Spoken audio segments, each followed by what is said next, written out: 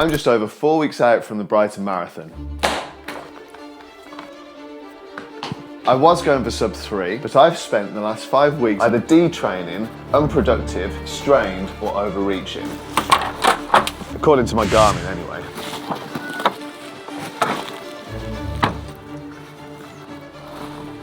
Not exactly ideal 5 weeks out from the marathon. In this video, I'm going to talk about the toxic nature of looking at the data when you shouldn't, and also how you can use your data to help indicate what you should and shouldn't be doing. My Garmin has been in overreaching for about 6 days now, and that's mostly because my HRV hasn't come back to a good baseline yet. I've been doing lots of recovery training. Today is the day I'm just going to pump a little bit of intensity into the training and just see how we go.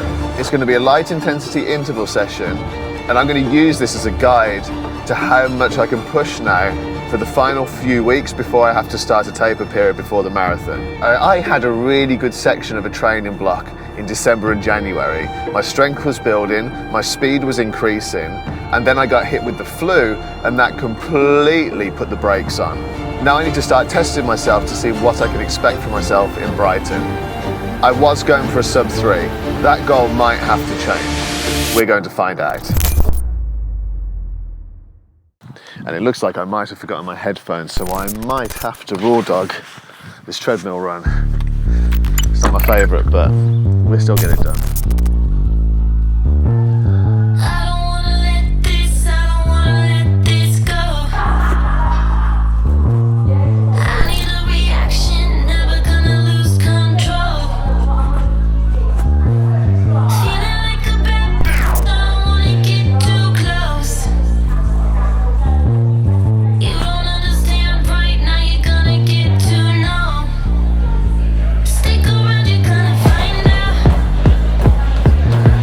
So this workout is a 12% grade warm-up for 10 minutes.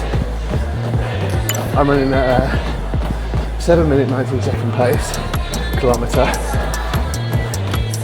and then I go into intervals, which brings the grade up to 14%,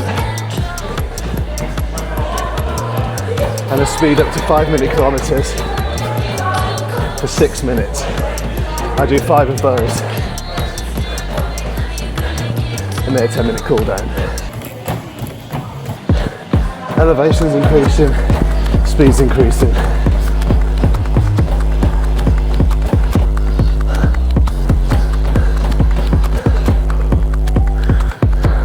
My heart rate is really high.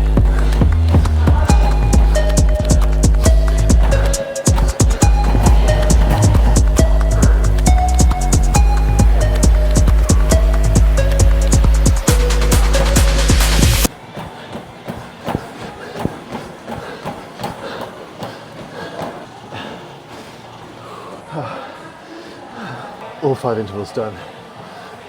I'll share some stats with you. My heart rate peaked at about 176, I think, maybe. I think I've underestimated what it's going to take to come back from this flu.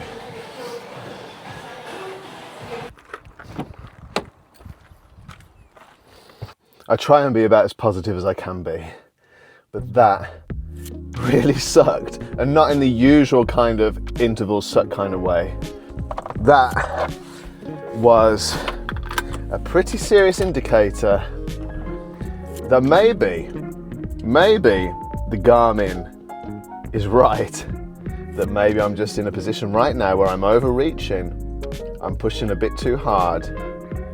Even though I feel like I'm in recovery mode, I'm taking it easy. Today was the first time I took the shackles off a little bit, and it really indicated to me what I've got to do to get back to fitness. I've never been in this position before.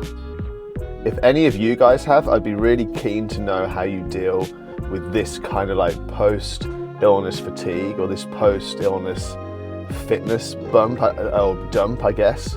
How long does it take to come back? Do I have to work really hard to get it back? Or am I just gonna start clicking again and get that fitness back really quickly? I don't know. Just over 4 weeks out from the Brighton Marathon. 2 weeks of that was meant to be tapering. This is gonna deeply affect the marathon I was going to race. Just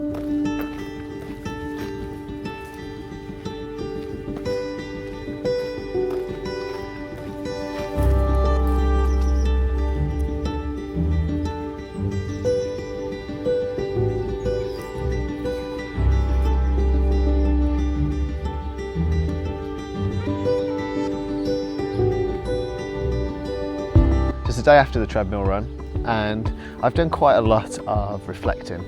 My heart rate was high and my perceived effort level was very, very high. I have had basically 5 weeks off and I'm just starting to ramp back into training now. I think this is a really good opportunity to talk about how you should be kind to yourself when things aren't going the way that you want them to go, and that progress isn't linear. Progress has ups and downs, and sometimes to make that next step to go up, you have to go down first. You have to learn the lessons in life and in your training that allow you to earn the right to achieve the goals that you want. And as time progresses and I want to achieve goals that are harder to obtain, I have to understand what that process truly is, and I have to earn the right to achieve those goals.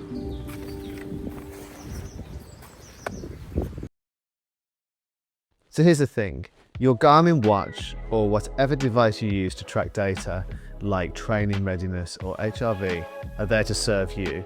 You don't serve the device. It's so easy to wake up, look at your device, take everything that it says for gospel, and then plan your whole day around that.